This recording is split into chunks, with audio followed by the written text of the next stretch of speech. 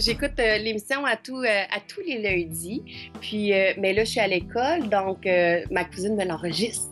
Puis là, quand j'arrive de l'école, je suis capable d'écouter la Brigade des Nations. Puis ça me fait de quoi de les voir évoluer comme ça.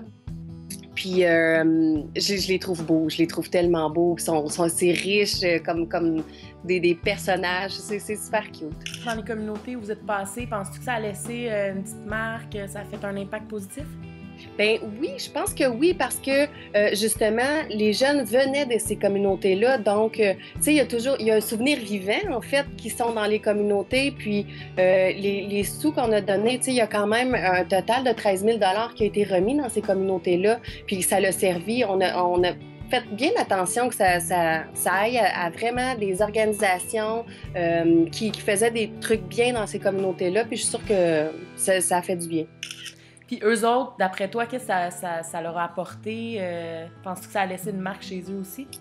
Ben si, je pense, parce que la dernière émission que j'ai écoutée, c'était celle-là à Wemontashi, où on a fait la murale. Donc, c'est sûr que c'est des choses qui restent, c'est des choses qu'on peut voir, que les jeunes voient à tous les jours.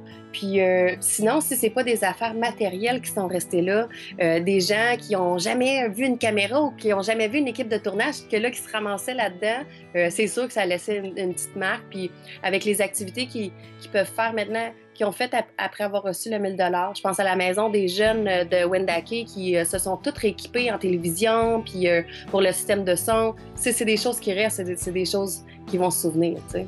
Toi, est-ce que tu as appris des choses? Y a-t-il des trucs qui t'ont marqué, que tu as apprises? J'ai appris à connaître des gens, c'est parce qu'on nous voit beaucoup, moi et les brigadiers, à la télévision, sauf qu'il y a beaucoup de gens impliqués. On sous-estime beaucoup ce qui se passe en arrière de la caméra, mais on rencontre beaucoup de gens justement pour nous lancer des défis, pour les réaliser, puis qui nous expliquent qu'est-ce qu'ils font avec ces sous-là. Donc, c'est des gens qu'on côtoie pendant notre séjour-là. Puis j'ai appris à connaître du monde, j'ai appris à connaître des organisations, puis le travailler aussi intensément avec des adolescents, ça a été un apprentissage pour tout le monde. C'est sûr qu'on avait des bons jeunes, mais c'est quand même toute une expérience là, d'être avec des jeunes toute une été pendant 24 heures sur 24 là. Des fois il y a de l'hormone là, tu sais. Qu'est-ce que tu fais présentement, juste par curiosité? Bien là, j'ai entamé un retour aux études au mois de septembre. Donc, je suis partie là-dessus et je suis maintenant à Montréal. Je vais à l'université pour faire un bac en nutrition. Si tu avais à laisser un petit message à des jeunes, que ce soit aux 4 brigadiers ou aux autres des communautés, un petit conseil que tu aurais à leur donner?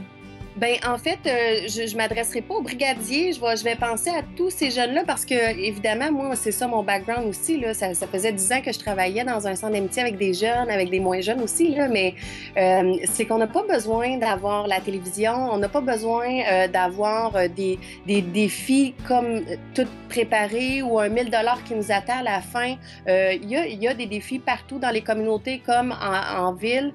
Ça fait pas longtemps que j'ai passé à travers l'adolescence non plus, puis je m'en souviens, j'ai eu des défis, on se lève la tête, on relève nos manches, on les accomplit, puis on essaye de faire le mieux qu'on peut pour faire du bien aux gens qui nous entourent. Les communautés sont petites, quand on est 1000, on essaye de faire du bien autour de nous, puis ça nous fait du bien à nous autres aussi.